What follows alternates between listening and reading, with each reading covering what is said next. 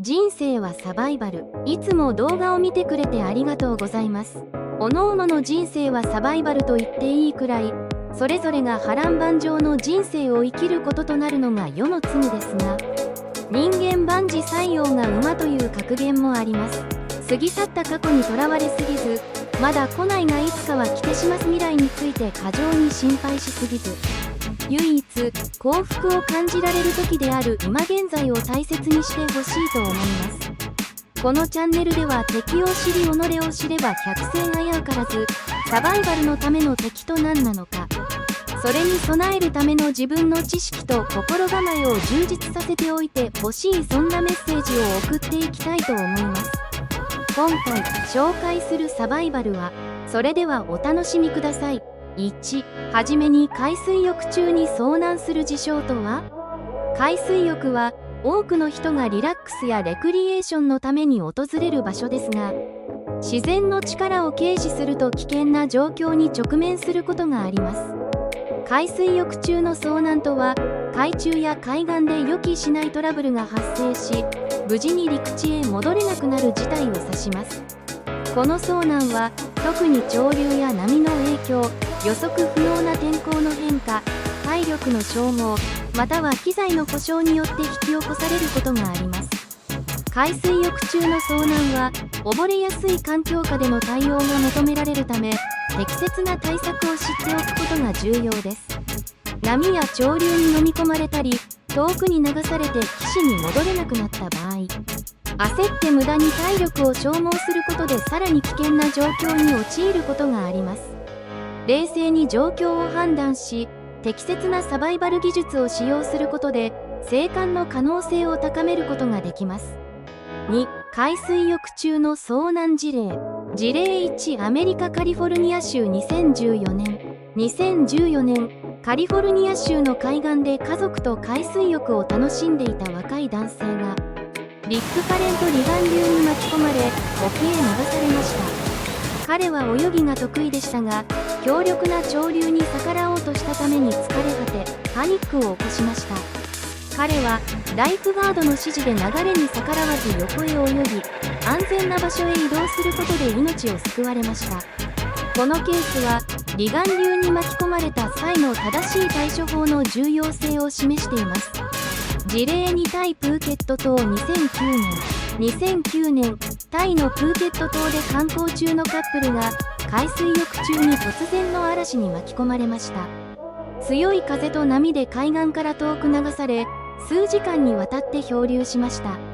彼らはライフジャケットを着用していたため、浮力を保ち続けることができました。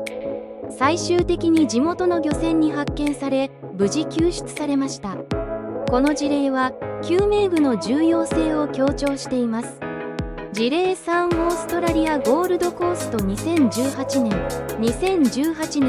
ゴールドコーストのビーチで2人の友人が海水浴中、突然の高波に巻き込まれ沖に流されました。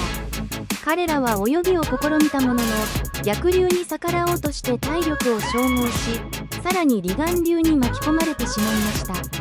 彼らは最終的に救助ヘリによって発見されましたが、この間に1人が低体温症になりかけました。これもまたパニックを避けて冷静に行動することの重要性を示しています。3、遭難した人々のエピソード。1、エピソード1、若い女性遭難期間1時間。アメリカ・フロリダ州で海水浴をしていた20代の女性が急に強くなった潮流に流され沖へと運ばれました。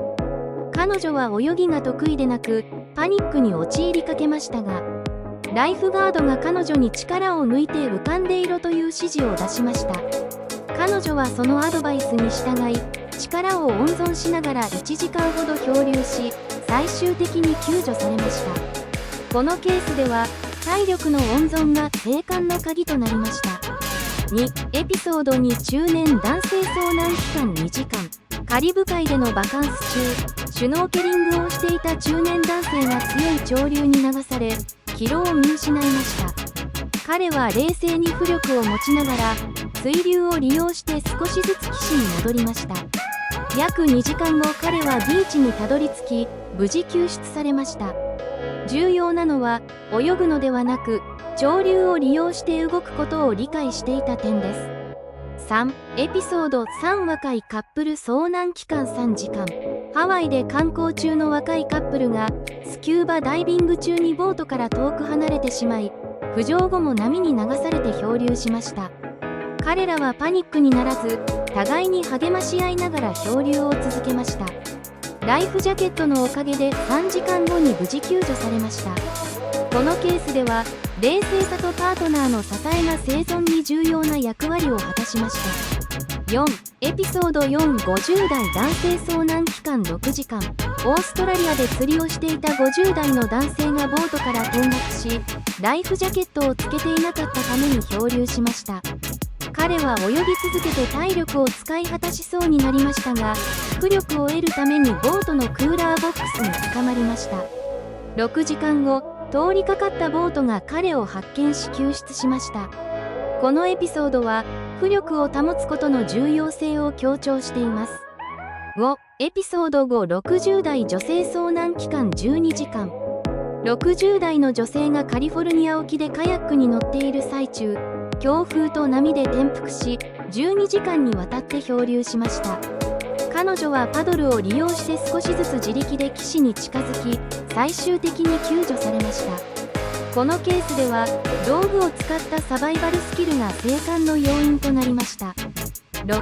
エピソード6 30代男性遭難期間18時間。ヨーロッパの地中海でセーリングを楽しんでいた30代男性がボートが転覆し18時間漂流しました。彼は冷静に周囲を確認し、遠くに見える陸地に向かってゆっくりと泳ぎました。最終的に通りかかった船が彼を発見し救出しました。彼の冷静な判断が命を救った例です。7. エピソード7 40代男性遭難期間24時間。インド洋での航海中に嵐に巻き込まれた40代の男性は船が転覆し1日間漂流しました。ライフジャケットを着用していたため体力を温存することができ、24時間後に救助隊により発見されました。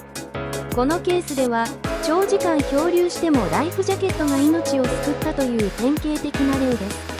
4. 海水浴中の遭難を克服する技術と方法。1. 潮流に逆らわない。離岸流に巻き込まれた際、潮流に逆らって泳ぐことは禁物です。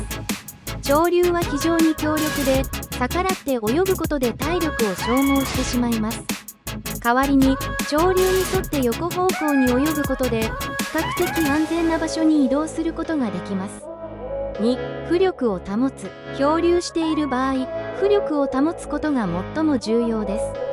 ライフジャケットや浮き輪がない場合でも、体の空気を利用して浮かび、体力を温存します。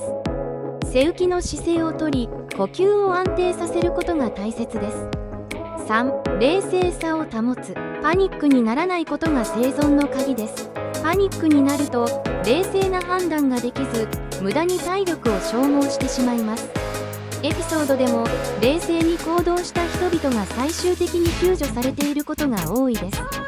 4. 周囲のものを活用する。浮力を得るために漂流しているものや装備を活用しましょう。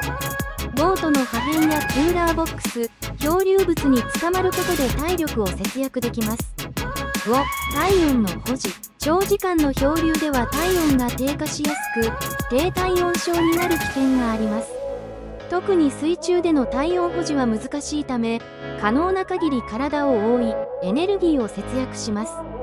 漂流中は、なるべく動かずに体温を保つことが重要です。6. 救助を呼ぶシグナルを作る。手を振る、音を立てるなどして、できるだけ大きなシグナルを作ることで、救助隊や近くを通る船に自分の位置を知らせます。漂流物を使って視覚的なサインを作ることも効果的です。7. 水分補給。長時間の漂流では脱水症状が命取りになります。海水は絶対に飲まないようにし、可能であれば雨水を集めて飲むか、体力を温存して救助を待ちます。8. 泳ぎを控える。疲労を避けるため、不要な泳ぎは避けるべきです。救助が期待できる場合は、極力動かずに漂い続けます。エピソード4の男性のように浮力を得る方法を見つけることができれば長時間のサバイバルが可能になります。9、救命具の装着。海水浴中には常にライフジャケットや浮き輪を着用しておくことが推奨されます。これにより突発的なトラブルが発生してもすぐに体を浮かせて安全を確保できます。10、水に慣れる訓練。泳ぎが得意でなくても水に慣れる訓練をしておくことでパニックを防ぎ冷静な対応ができます。泳ぎのスキルを向上させるだけでなく万が一に備えて背浮きや浮く方法を習得しておくと良いでしょう。11、海の天候や潮流を確認。海水浴に出かける前に天候や潮流の情報を確認しておくことが非常に重要です。急激な天候の変化や強い潮流が予測される場合、無理をして泳がず、海に入る前に十分な安全確認を行いましょう。5、ユニークな提案。1、個人用の小型浮力デバイス。携帯可能な小型の浮力デバイスを持ち歩くことで、予期せぬ状況でもすぐに浮かぶことができます。軽量でコンパクトな設計により、海水浴中でも邪魔にならずに装着できるため、遭難時に体力を節約するのに有効です。2、発光ライト付きライフジャケット。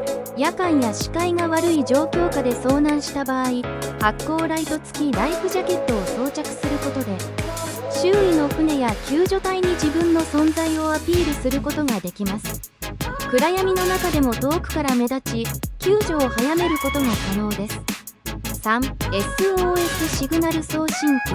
海水浴中に万が一の事態に備え、小型の SOS シグナル送信機を携帯しておくことで、遭難時に自分の位置を自動的に救助隊に知らせることができます。GPS 機能を搭載しており、衛星通信により広範囲で位置情報を送信できます。6、励ましとアドバイス。海水浴中に遭難することは、誰にとっても恐怖を感じる状況ですが、冷静に対応すれば命を守ることができます。海は強大な自然の力を持っていますが、正しい知識と行動があれば、生還の可能性を大きく引き上げられます。最も重要なのは、パニックにならないことです。体力を温存し、救助を待ちながらできる限り浮力を維持してください。自分には生き延びる力があると信じ、最後まで希望を持ち続けてください。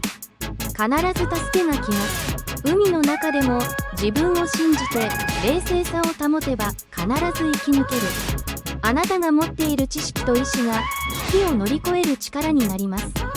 どんなに困難な状況でも希望を捨てず、必ず助けが来ることを信じて行動しましょう。いかがでしたか？最後までご視聴ありがとうございました。お話が気に入っていただけた人はチャンネル登録と高評価を忘れずにお願いいたします。また、次に紹介してほしいサバイバルの知識や、こんなサバイバルの情報も欲しいといったアドバイスをコメント欄に書き込んでいただければ、さらにサバイバル学をお届けしていきたいと思います。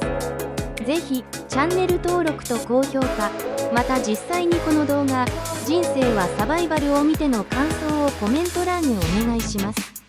人生はサバイバルでした。